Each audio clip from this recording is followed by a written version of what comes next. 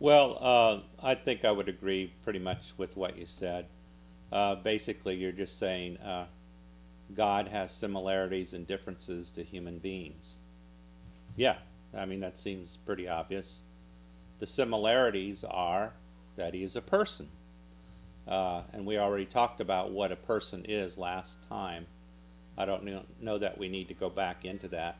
And we agreed that God is a divine person, not a human person. And we, of course, pointed out that human persons are made out of matter and energy. Uh, and God is not. He's made out of something else that we don't know what it is. I use the word spiritual.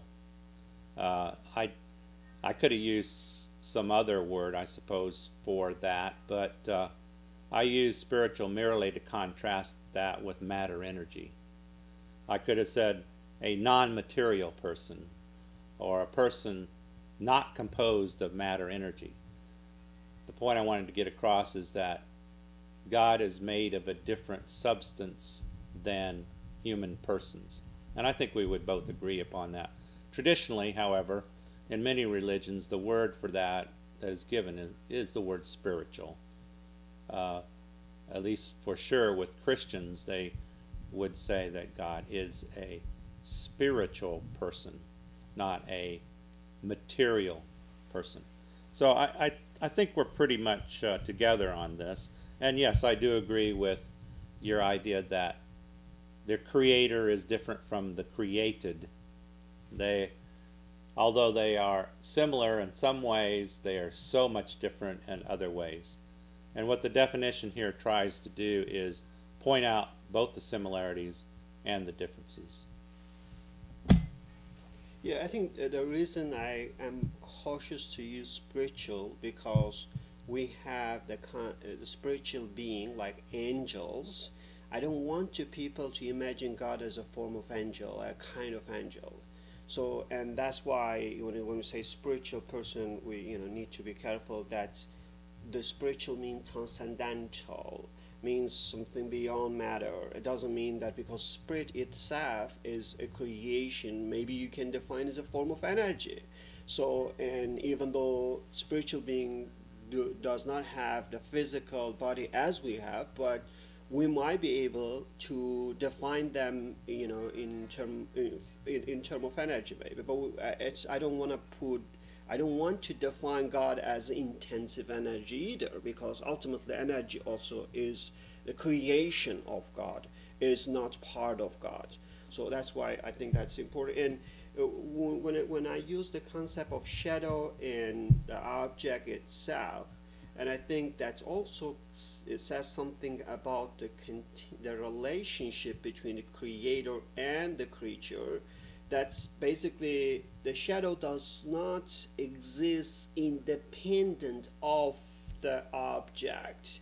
There is no independent existence of shadow. So similarly, there is no independent existence of the universe. It's not like you have the universe made and it's out there and it has a certain system can run by itself without constant support or constant intervention of God. So that's why my definition of God will never include at least, will be always constant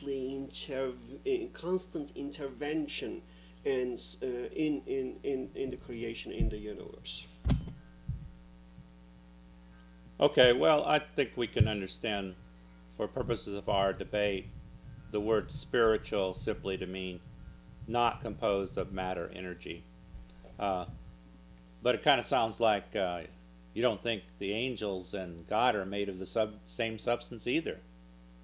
Now, that's an interesting idea, but perhaps not relevant to our discussion at this point in time. You said there is no independent existence of the universe. That can be understood in two ways. Surely you think that the universe does exist and that you and I sitting right here do exist. I think what you're implying, however, is that we don't exist without depending for our existence on God. That if God didn't exist, we wouldn't exist.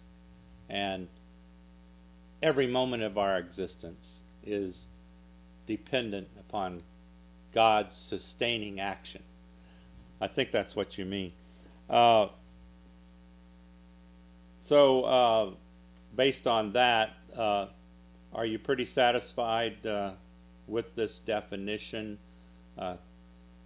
Adding to it the idea that you expressed 2 weeks ago that God has a sustaining effect and is always acting in some way on the universe. Yeah, definitely. I think with this reservation, I certainly agree with the definition. I think it's quite comprehensive one. I will say even perhaps most of believers will fail to come up with such comprehensive definition. I certainly, appreciate what you thought about it and what you came up with. But as you know, that is a brief definition. You can for sure expand that one. Like when you say all good, that also should include all just. When you say all knowing, that should also include all wise. So we can expand the definition, but I think that's a brief statement will be agreeable, sufficient definition. Yes, I agree with you. Each of those terms in the definition can be expanded upon, and you are absolutely correct. All perfectly good would necessarily contain perfectly just, and so forth. Okay, well, with those few qualifications, I think we can accept this definition as a working definition of God that we can use throughout our debate.